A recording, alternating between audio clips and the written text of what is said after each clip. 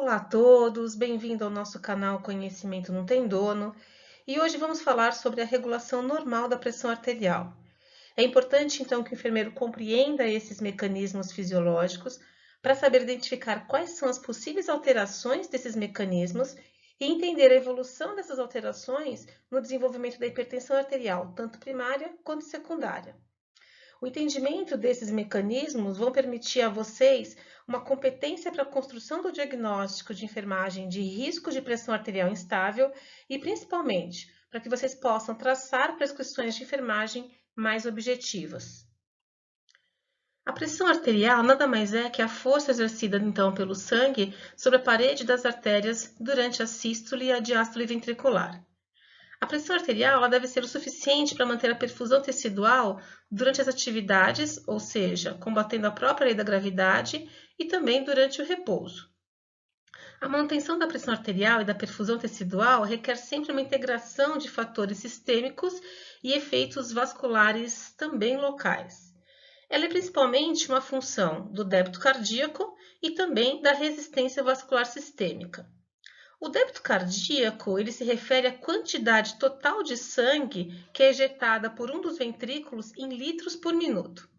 Ele é calculado pela multiplicação então do volume sistólico e pela frequência cardíaca, ou seja, quanto mais vezes o nosso coração bater, maior será o volume sistólico. Esse volume sistólico é a quantidade então de sangue que é ejetada a partir de um dos ventrículos por batimento cardíaco. Normalmente, o volume sistólico médio em repouso é de cerca de 60 até 130 ml. O volume sistólico ele é determinado por três fatores, ou seja, nós temos a pré-carga, a pós-carga e a contratilidade cardíaca.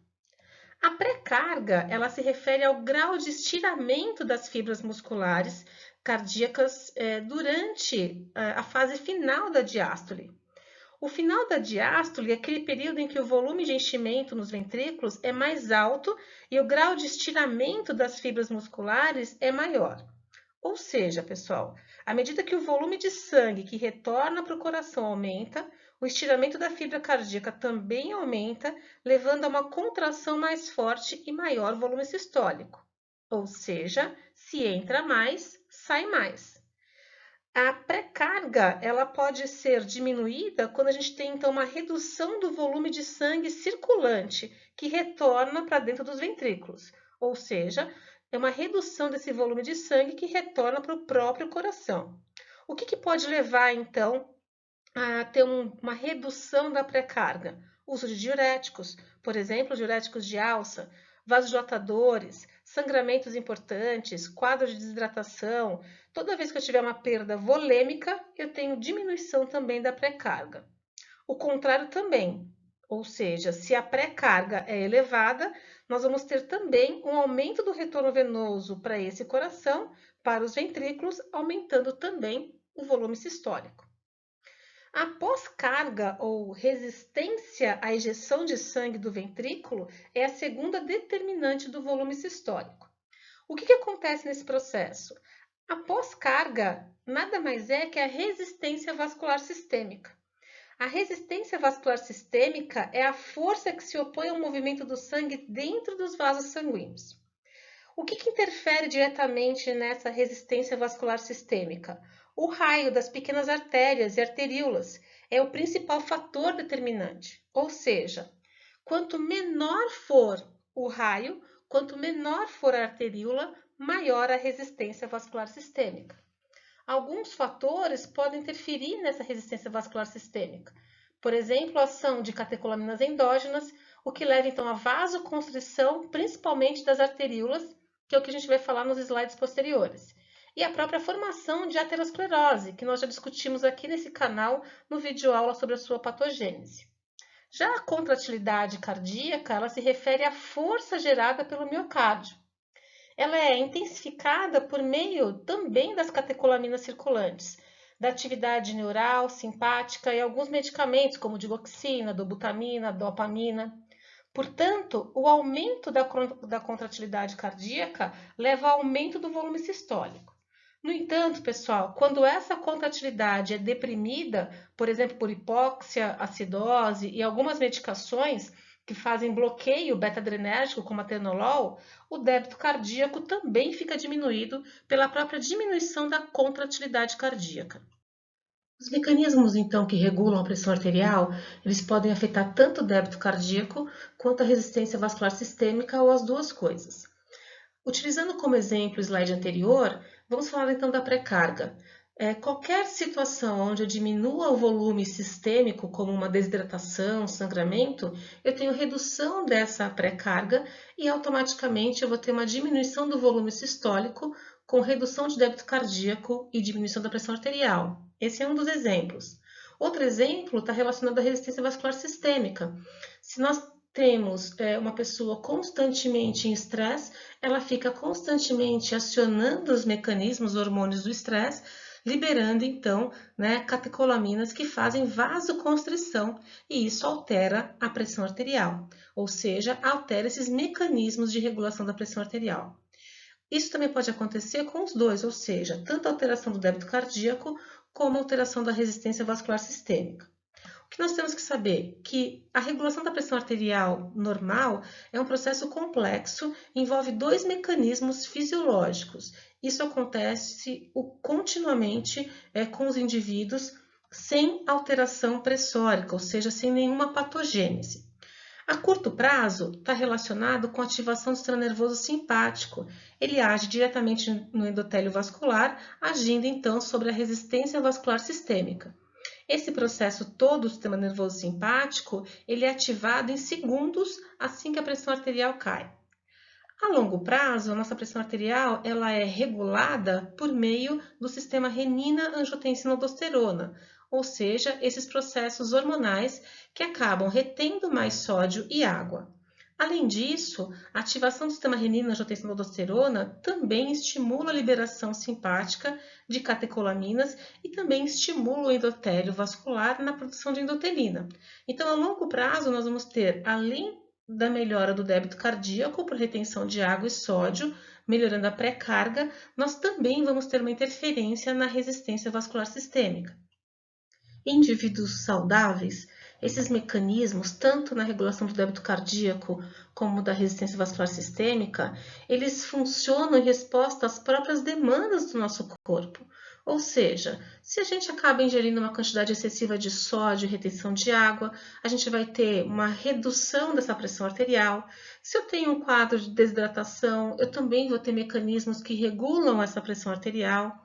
Isso acontece, então, continuamente com um mecanismo fisiológico. A regulação normal da pressão arterial está diretamente relacionada também com o sistema nervoso simpático. O sistema nervoso simpático ele reage em segundos após uma queda da pressão arterial, por exemplo. Portanto, quando a pressão arterial cai, ela vai ativar o sistema nervoso simpático, aumentando a pressão arterial por meio das catecolaminas endógenas. Ou seja, esse sistema nervoso simpático, ele age elevando a frequência cardíaca, porque as catecolaminas agem no nó sinusal. Ele vai também aumentar a contratilidade cardíaca, porque ele interfere nos canais de cálcio. E aí eu vou ter aumento do volume sistólico e automaticamente aumento do débito cardíaco. Além disso, o sistema nervoso simpático, por meio da liberação também das catecolaminas, leva uma vasoconstrição generalizada lá nas arteríolas periféricas. Ele promove também a liberação da renina lá no rim, ou seja, ele ativa o sistema renina-angiotensina-aldosterona. A ativação do sistema nervoso simpático ela é feita então por meio dos baroreceptores. O que são esses baroreceptores? Nada mais são do que células nervosas especializadas que ficam localizadas no arco aórtico e nas artérias carótidas internas, tanto à direita quanto à esquerda.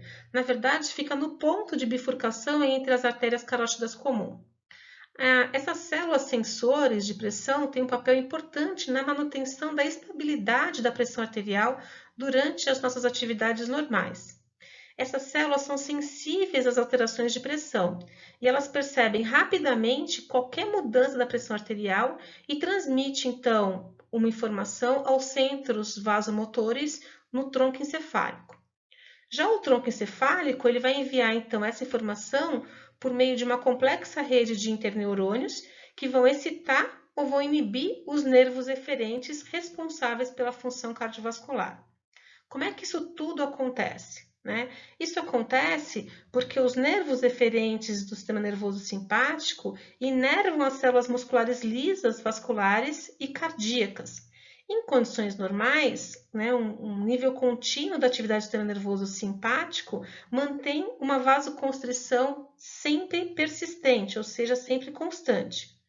A pressão arterial ela pode ser reduzida quando a gente tem, então, uma supressão da atividade simpática ou pela própria ativação do sistema nervoso parasimpático, levando, então, à redução da frequência cardíaca por meio do nervo vago e automaticamente levando a uma queda do débito cardíaco e da pressão arterial. A norepinefrina ela é liberada das terminações nervosas do sistema nervoso simpático e ativa então os receptores localizados lá no nódo sinoatrial, aumentando a frequência cardíaca, no miocárdio, aumentando os canais de cálcio, então aumentando a contratilidade, e na musculatura lisa vascular, fazendo então vasoconstrição. A resposta então à norepinefrina depende do tipo do receptor presente dentro desses locais, ou seja, na musculatura lisa vascular, no músculo cardíaco. Esses receptores são classificados, lembram deles? Alfa 1, alfa 2, beta 1 e beta 2.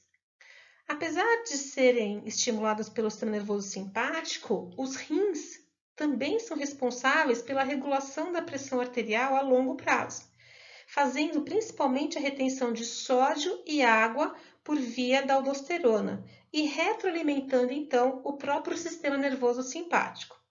É importante, então, que vocês revejam esse conteúdo sobre o sistema renina-angiotensina-aldosterona postada numa videoaula nesse mesmo canal. Assim vocês entendem melhor toda a ação da angiotensina 2 e da aldosterona na retenção de água e sódio e na ativação do sistema nervoso simpático e estimulando a resistência vascular sistêmica.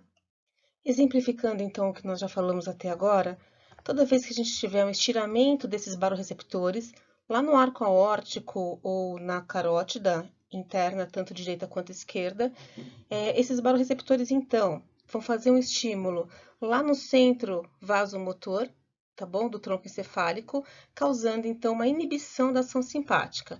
Essa inibição da ação simpática e ação parasimpática faz, então, com que a gente tenha uma redução do ritmo cardíaco, diminuição da própria força de contratilidade cardíaca por diminuição dos canais de cálcio e vasodilatação das arteríolas periféricas. Os baroreceptores também são sensíveis à queda da pressão arterial. Toda vez que a pressão arterial cai, eles vão acionar, então, o sistema nervoso simpático, fazendo, então, um aumento da frequência cardíaca por ativação do nó sinusal, uma vasoconstrição das arteríolas periféricas, o aumento da contratilidade cardíaca, porque ele aumenta os canais de cálcio, e também ativa o sistema renina-angiotensina-aldosterona. Deixo aqui as referências utilizadas, então, nessa nossa videoaula. Lembrando, então, de vocês não esquecerem de inscreverem-se no canal, acionarem o sino e darem seu like.